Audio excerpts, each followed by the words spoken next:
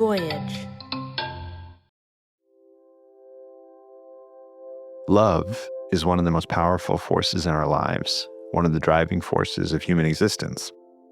It's also an abstract concept. It's not tangible. You can't measure it, quantify it. But we know when we love someone, we know what love is. While that belief is, in itself, an act of faith. If I told you a normal person, a totally reasonable, sane individual, believed that in a past life, he was a soldier in the Civil War, in love with a woman who he was convinced would one day come back to him in another life, even if it took 1,000 years, he'd probably say that's crazy, right? Rich Strack knows exactly how crazy it sounds. Let me start by saying I'm the most cynical, skeptical person when it comes to what I have experienced here. So maybe that's why it's happened to me. I don't know. Rich's story is so unusual, it has attracted the attention of a Hollywood director, Andy Fickman. You may be familiar with some of Andy's movies, like The Game Plan with The Rock, Paul Blart Mall Cop 2 with Kevin James, and Playing with Fire with John Cena. My name is Andy Fickman. I am a director, producer, writer. I also happen to be a massive history buff. I love all history. Specifically, the Civil War has always fascinated me. Add to that, I am a huge enthusiast of all things I guess one would consider paranormal, or one would consider interesting things. My dad was a paleontologist and a geologist for Shell Oil, and he really encouraged me as a young kid to, the best thing you could do in science from his perspective was to ask questions, to not assume that everything was just simply black and white.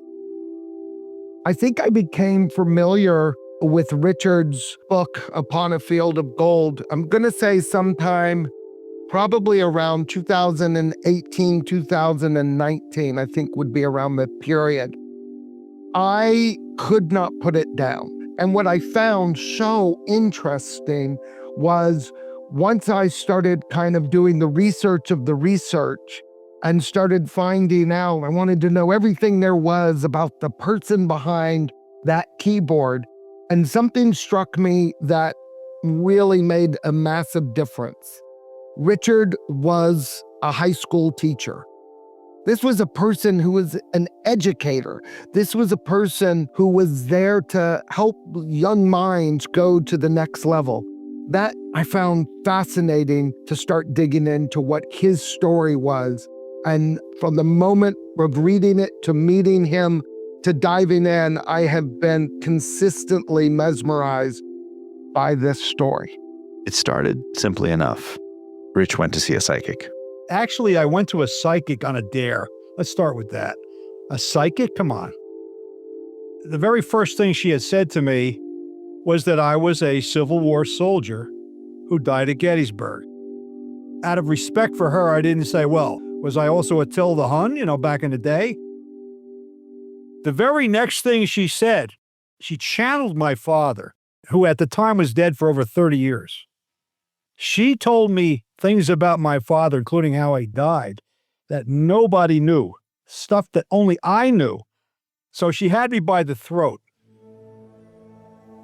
That said, I completely forgot about the whole dying at Gettysburg in the Civil War. But I started at some point thereafter just getting like I don't want to call it a vision, but a quick picture in my head of a young man with curly blonde hair, blue eyes, under a Union blue cap, just a face. A couple of different times he appeared to me, quickly dismissed it as nothing.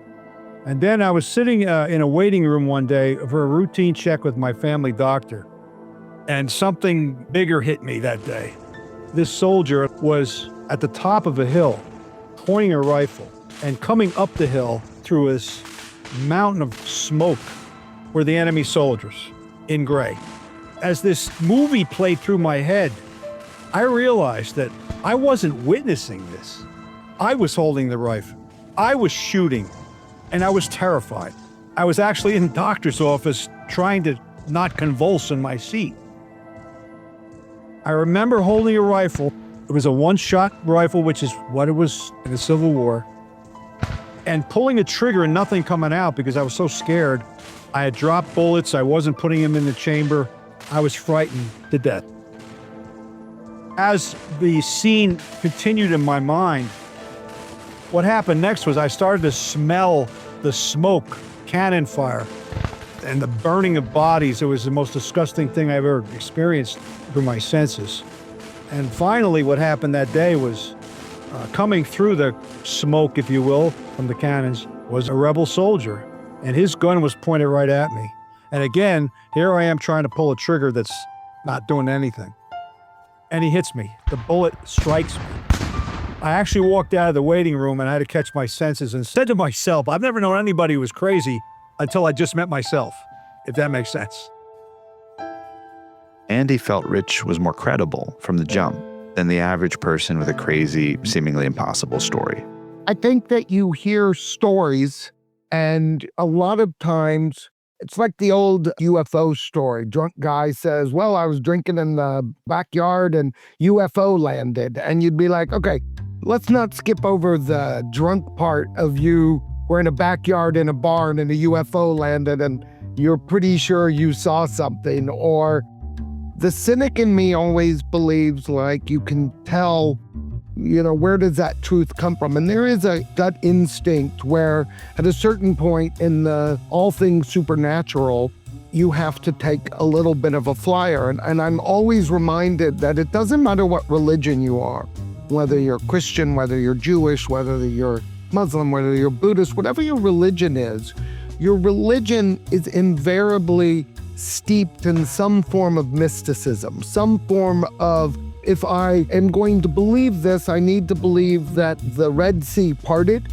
I need to believe that there were 10 plagues. I need to it's in the Bible. So we're going to swear to it. We'll put our hand on it. So if you're willing to sort of take a certain leap with that, then I'm always to the next level of why am I believing that person? And as an avid fan of all those things, more times than not, I'm disappointed. There's something that feels opportunistic about the person. You find out they found Bigfoot and they also happen to be the head of the Bigfoot Research Society. What are the odds that the head of the Bigfoot Research Society would find Bigfoot? With Rich, there was nothing in his background that was, to me, screaming, look at me, I want to go tell a story. And I think even worse, if you tell the story that Rich was just talking about, you open yourself up to a lot of people thinking, what's up with you? Are you lying? Are you drinking? Are you on drugs? Are you so unhappy in life that you have to create this backstory? I think there is a sincerity to that story and also a sincerity to Rich because I've never gotten the impression, look, I spend my life dealing with actors. Rich is not a great actor. I can assure you that I've worked with brilliant actors who I'm like, they really made me believe that moment. Rich isn't making me think, take two, do it one more time, but this time make it feel more grounded or more real. But when he talks, you're also talking about somebody who there is a stigma coming forward. And it's only now, if you look at, again, within, say, the UFO community, where military have started coming more and more forward because they feel like they want their stories told and they don't feel, now that the government has kind of said, oh, yeah, there's probably aliens, there's probably UFOs, the stigma's gone, right? So Rich, when he did that, that was not the case. Was Rich crazy? That's what he tried to find out. What happened thereafter was my friend told me to go to a hypnotherapist who specializes in past life regression. I didn't want to do it, but I said, okay, I got to get this out of my life. So I went. It wasn't with the old watch, put you to sleep kind of thing. Just calm, peaceful. About 20 minutes into the session, everything came to me. My house in New Hampshire that I grew up in. To be clear, Rich is talking about his home in his past life. I actually took the hypnotherapist on a tour of my bedroom, pictures of my parents.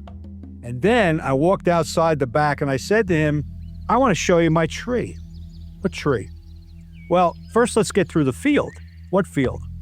So I walked up this hill, beautiful golden wheat barley field, and there was one giant oak tree at the top. Huge. Got to be old. And I said, this is my tree. It's old oaky. What do you mean old oaky? Well, this is where I go every day. I kind of just hang out. I just look across the field and I get mesmerized by what could happen. I wondered about things. I wondered about life, wondered about death, spirits, this and that. During the session, the next thing that happened was the field started apart and somebody was coming to me. I said to the therapist, she's calling me Parky. He says, who's Parky? Well, that's what she calls me. My name's Joshua Park. Just came out of me. Well, who's coming through the field? Well, that's Becky, my girl. Becky? Yeah, Rebecca Willow. She comes every afternoon and we sit here, we get up on a tree, we sit on the limbs and we shake our feet and we talk and we wonder about life on the moon, about what clouds we want to float around, all these beautiful things that just caught fire with the two of us. And then just as quick as I said that, I was at a different field. Now I got a gun in my hand. It just went like that. And now I'm at Gettysburg. And I know it was Pickett's charge. I just had a sense of, all these rebel soldiers coming up in a single file to try to get to the top of the hill and kill us. That's when I was in this office and he tried to get me out of it. I said, no, I got to keep talking. I was actually hallucinating for Becky. Becky, are you there? I was hoping that she'd come through the smoke, but she didn't. And then the bullet hit me in the office, so to speak. I grabbed my chest. He ran out and got a blanket and threw it over top of me. He took me out of it and I said, am I dead? Not in this life. But he says, you were in the alpha state of consciousness. What does that mean? Well, everybody has truth in them somewhere. We can lie what we want, but you didn't stumble through this. You didn't stutter through this. You just told the story of truth that you have inside you. I said, what am I supposed to do with this? He said, well, there's a psychiatrist down in the office and you want to go speak to him next, which I laughed about. Rich had such a vivid memory of Gettysburg. So what could he do next to try to solve this mystery of his own memories? Well, go there. Pushing this forward, my friend then said, we got to go to Gettysburg. I was there once before as a young boy, but I don't remember it. So we go to Gettysburg. It was a beautiful fall day. I think it was month of September, maybe late September. And I said to my friend George, I got to walk on the field. I got to get rid of this, find out once and for all this is an hallucination at best. And you're not supposed to walk on the field there, but I did, a few steps. Everything hit me. The guns, the cannons, the smoke, bodies, everything. I went up to the top of the hill where I actually met my death. And I said to George, I said, I got to get out of here fast. And then we left. So certainly this was an unusual set of experiences, but it could have just stopped there. And for a few years, it did. How this transferred into the story in 2018, which was a few years later, actually, because it kind of disappeared from me until I sat down at 4 o'clock in the morning one morning and I had my computer open, not knowing what I was going to do with it. And all of a sudden, this sounds weird, but my hands started to move along the keys. This was not my hands. This was Joshua. He wanted to tell this story, and he told it through me and with me. Battle scenes, all the way up to the beautiful times I had with Becky. I sat at the base of Old Okie, looking out at God's green glory around me. A river running through a field, mountains reaching for the sky beyond it. This was the only place I needed to be in this life. I was so struck by it, I began to sketch it in my journal. Ow! The acorn stung a little as it hit my head, almost like someone threw it. She was above me, on one of Old Okie's thick branches, like she had always been there, comfortable, smiling, like it was funny I was there. Who are you and what are you doing in my tree? See, now I was going to ask what you were doing under mine. Old Okie here's on my pa's property. Actually, She pointed to the opposite side of the tree. that side is his. And this side belongs to my uncle. The tree is the property line, so really, you're trespassing. Is that so? It is. Are you going to call the law on me? I might just do that. What's your name? What's yours? Joshua Park. It's nice to meet you, Joshua Park. Well, now you've met me. Do I get to meet you? She made her way down and swung out of the tree, smooth as could be. Rebecca. She offered me her hand. The moment I touched it, I might as well have been lit on fire. I felt something shoot through my body, like a lightning bolt had hit me. I was lucky I managed to croak out, "Well, Rebecca, it's a pleasure to make your acquaintance." This might be the most realistic part of it.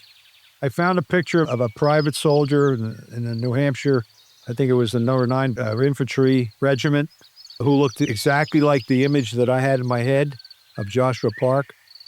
Underneath it said unidentified, and I searched for proof, which I never did find. But if you go up to Gettysburg, there are hundreds and hundreds of graves there, unmarked, no name. So it was a process, but when I almost gave up on it, it just seemed to have come up to me. Maybe that was another Joshua poking me in the back and say, "Here I am." I don't know. That sounds strange too. And I kept it. What the registries tell you is that this is what's been on record. Now, history will tell you that when we signed up for the Civil War, especially near the later part of it, they didn't often keep you as a record. They just needed more bodies, take guns and fight, especially in the South. Uncle Henry said General Lee's marching his army north into Maryland.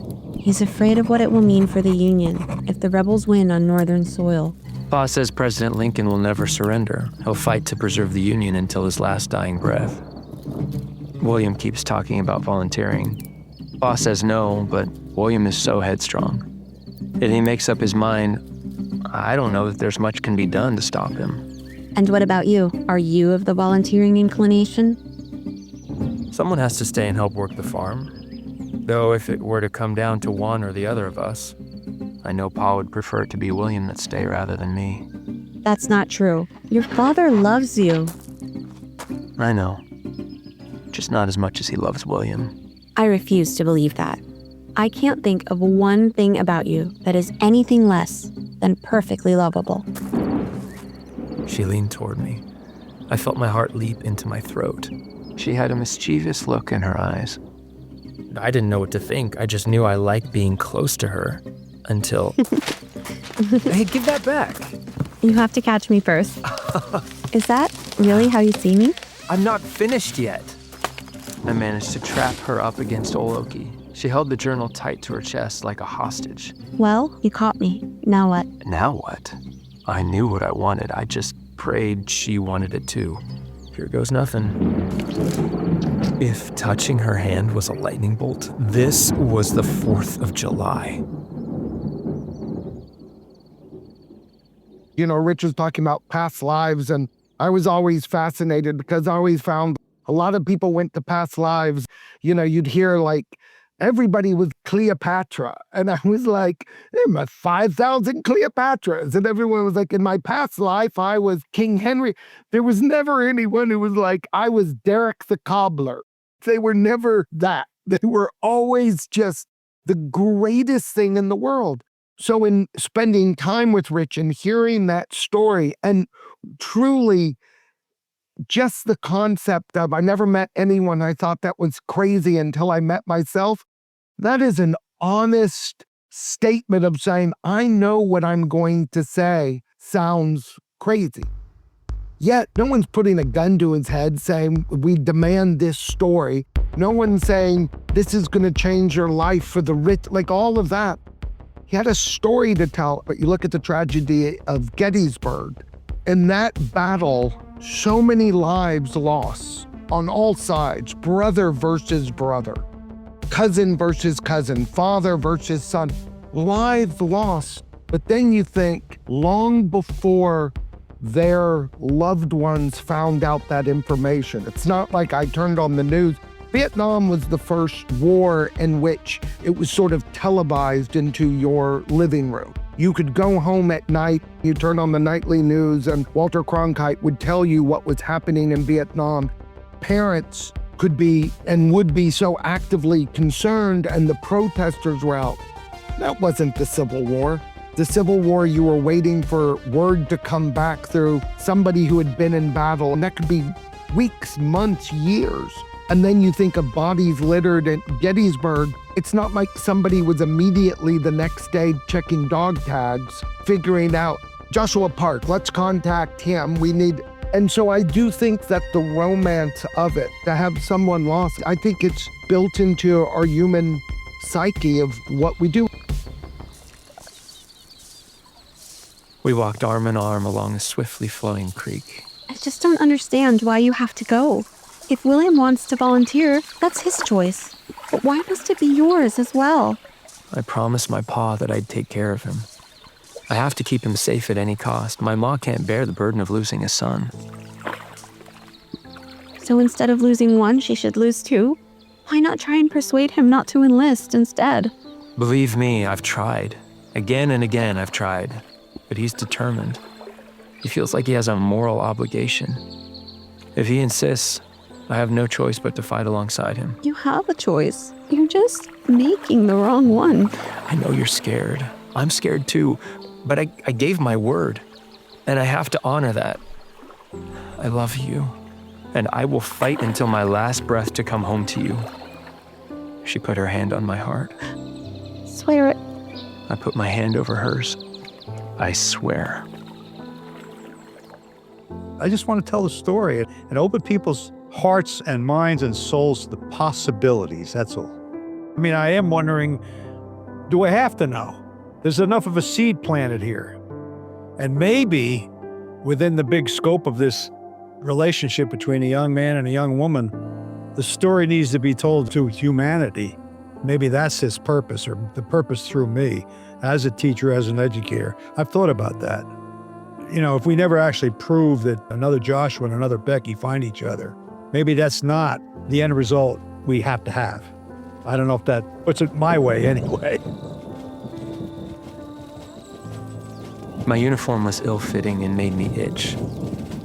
A discomfort magnified 1,000-fold by the tears shimmering in Rebecca's eyes. Please don't cry, my darling. My heart can't take seeing you in such a state. The only way to change it is for you to stay. I reached into my jacket and retrieved an envelope, which I handed to her. What's this? In the event that I don't return. No, you're coming back. You have to. Then we'll burn it together when I'm back. Do you promise? I promise. We kissed for what I hoped wouldn't be the last time. I have to go. Just a little while longer. I can't. Now it was her turn to reach into her pocket. She had taken a lock of her blonde hair and tied it with a velvet ribbon. It was this delicate little thing that now had to survive a war with me. For luck. There was nothing more to say. With each step like another spike driven into my heart, I turned and left her. Well, now that you mentioned it, if you want to hear the letters, I'll read you, they're short, and then I'll read you the end of what I have here. This is the letter from Becky to Joshua. Dear Parky, this letter will be all you have of me until you come home again. My heart misses a beat each time I think I may have to live my life without you. Since the day I met you, sitting under old Olkey, I knew you were different, but different like me. Our minds thought of wonders that were invisible to our eyes, our souls driven together by the energy of the field. There is so much more I wish I could have said to you on the day you left, but I lack the courage to do so. Now I will feel you close to me. Each time I hug old Okie, I will listen for your voice when the wind sweeps across the field. If we cannot have this lifetime together, I will wait 1,000 years. 1,000 years. Until we can have another. Until we can have another. Loving you forever, Becky. And this is the one that he wrote to her, or I wrote to her. My dearest Rebecca, you're reading this letter for the obvious reason. The sun will rise again tomorrow. The sun will rise again tomorrow. Live your life, my sweet love. And never should you lose your beautiful spirit that happened under me the afternoon we met under Oloki. The brutality of the battlefield cannot kill what lies in our souls. Death is not final. It cannot destroy my will to be with you again. This is my promise. I have begun my journey to return to you another time when a new soul born from my essence will find a new soul born with your spirit. And once again, we will dance upon our field of gold. Forever yours, my love, Joshua. I wonder how many other Joshua Parks and Rebecca Willows have been given a second chance to dance upon fields of gold that have begun their love story long before they were born. I look up into the sky above the top of a big old oak tree, and I wonder. It's not just the romance of it, but it does come with candles and soft music and firesides and that. But it's just the two souls together are so right for each other. It's what sustains us. It's what makes us come home after a bad day and smile rather than get pissed off, to use the expression. It's what makes me not drive on the turnpike 100 miles an hour, almost killing everybody on my way to somewhere, which is not important. When you're in love, food tastes better, the sun shines brighter, the moon looks more majestic. I know I'm sounding weird, it's poetry coming out of this too, but that's just me. I am a romantic. At this point, I should mention, Rich was married while all this was going on. This led to the logical question of how his wife took the revelation that Rich believed his soulmate from a past life was destined to come back. My wife and I are getting a divorce, not because of my story. Other reasons, but age difference was a big part of it. Which I'm okay with, she's okay with. We're civil to each other. But now going back to the second psychic. Yeah, there was a second psychic. I went to a second psychic, not for anything about Civil War past life. She was out completely further away from the first. And she picked up right away on it. She said to me, "Did you have a John, a Joe in your life?" I said, "I had a couple uncles, John and Joe." She said, "How about a Joshua?" Psh, right through the throat. She said, "Did you write a book?" I said, "Yeah." She didn't know about the book. Well, there's a certain reference she made in there about my session with hypnotherapist. And she said, "Whatever you said in that session, spot on." Joshua wants you to know that. So I just freaked you guys out a little bit more, maybe. Here's the other thing the second psychic said. She sensed this in me, that I was in a failed romantic relationship. She said, "But there is another woman coming to you." This was a few years back. She'll be more or less your age, and this will be the right one. And I have her now. I have met someone now who's, to use their cliche, completes me unconditionally. That's another thing. We put too many conditions on love. We're imperfect. How can anything be perfect? We're imperfect. And once you accept the imperfectibility of each other, the rest is easy. I'm so happy to hear that you found true love at this point, because that is the joy of life and love, is that, as Joshua's story would show, it is never too late to connect. I just want to put it out there that one of the things that is a hope of mine is, we have been in this process with Rich because I make movies, and my hope is that we can get this as a movie made too, because I think it's such a stirring story.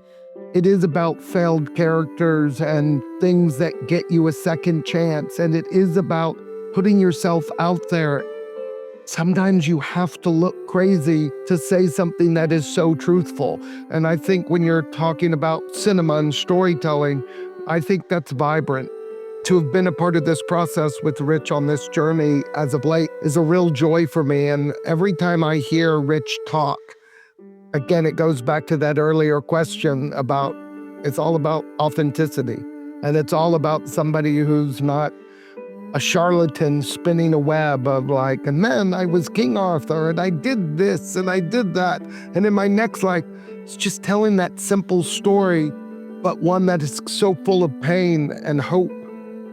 So I look forward to bringing that further into the world. Hope Lives Here is a production of Voyage Media. The series is produced by Nat Mundel, Robert Mitas, and Dan Benamor.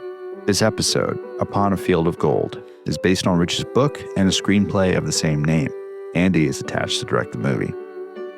This episode was lead produced, adapted, and directed by Dan Benamor.